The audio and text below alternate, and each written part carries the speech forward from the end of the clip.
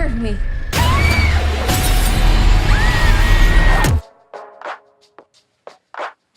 Hey, you're up.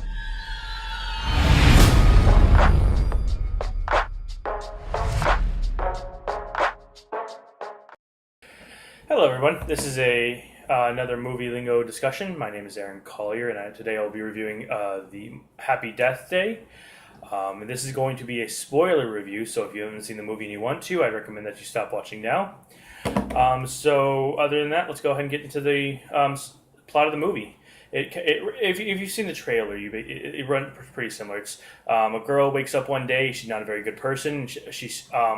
A killer comes and takes her out, and it repeats then she wakes back up from the start of the day, and it kind of repeats that for over a few times as she's trying to figure out who keeps killing her and keeps dying every time, and then it eventually revealed that the person who's killing her is a serial killer who escapes. So they have that classic this is the good ending day where she's finally a good person, and she stops the killer, and then she wakes up on the same day again and she freaks out because he's supposed to be dead, and it's revealed that the real killer is her roommate, who's supposed to be a really nice person, and but because she's sleeping with the same person as the roommate, she just decided, well, I guess I'm going to kill you,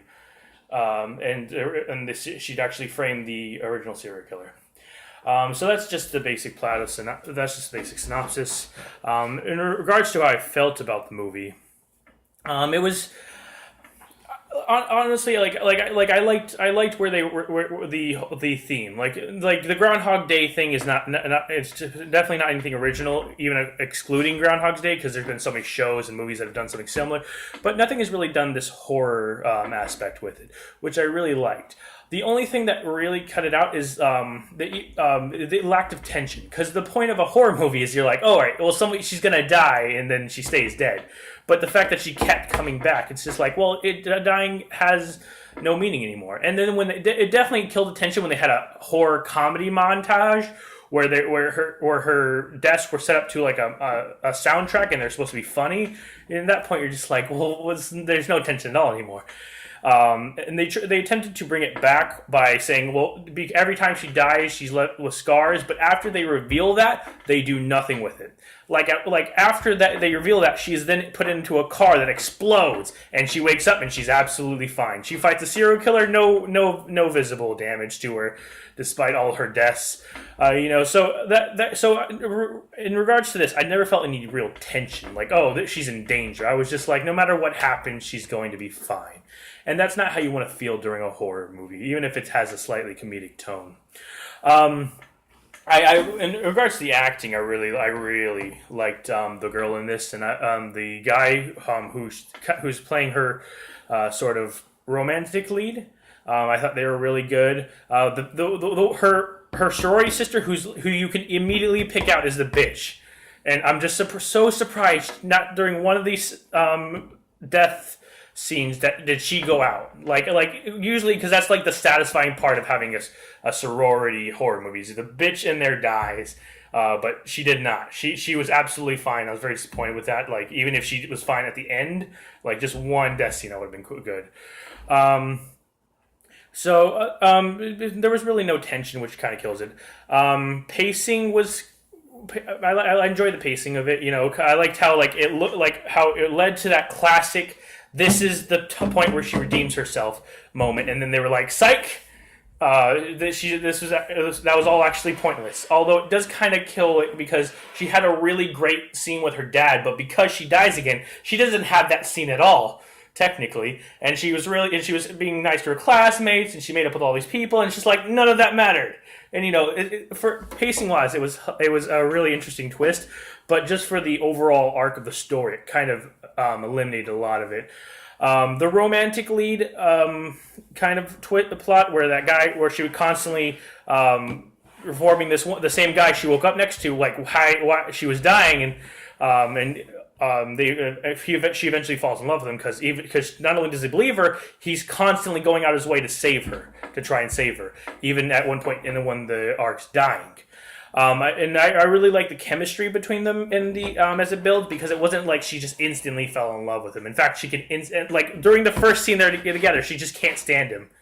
But he's a genuinely good person, and genuinely trying to help her, and so you kind of feel like they mesh well together. The main character herself. I liked her arcs. You even though she starts out really bitchy, you can kind of understand how she got to that point with the tragedy of her mother's death and why she's not talking to her father. I liked her story. It was dramatic, and it was very, very rewarding towards the end. One of the main things that annoy me about this movie is there's a ringtone that plays every time her dad calls her. It is one of the single-handedly almost ruined the movie for me because it was so freaking annoying. It's one of those loud ones that it's just like it's your birthday, and I was like, oh my god, is it gonna play again? And it just kept playing over and over again, driving me crazy. So overall, the story is definitely some part of the stronger parts of it of the movie. Just the characters. The story itself kind of cliched, and it being the roommate, it wasn't even that big of a twist, because it had to be one of them. If this movie had made the serial killer the actual killer, I would instantly say this was a terrible movie, because that made no sense. It came straight out of nowhere. But so it had to be one of them, and it was obviously going to be the nicest person to her, the one who apparently had no reason to kill her, because otherwise it would just be like, well, yeah, I had a perfectly good reason to kill you. So overall, Happy Death Day. It was a fine movie. I mean, if you have nothing better to do, and you want to go see a horror movie that's going to kind of make you laugh, and you're not really going to be that scared of it, so definitely the horror movie to go see with your kids who are frightened easily. I would overall 6 out of 10. Not terrible, not really that good either.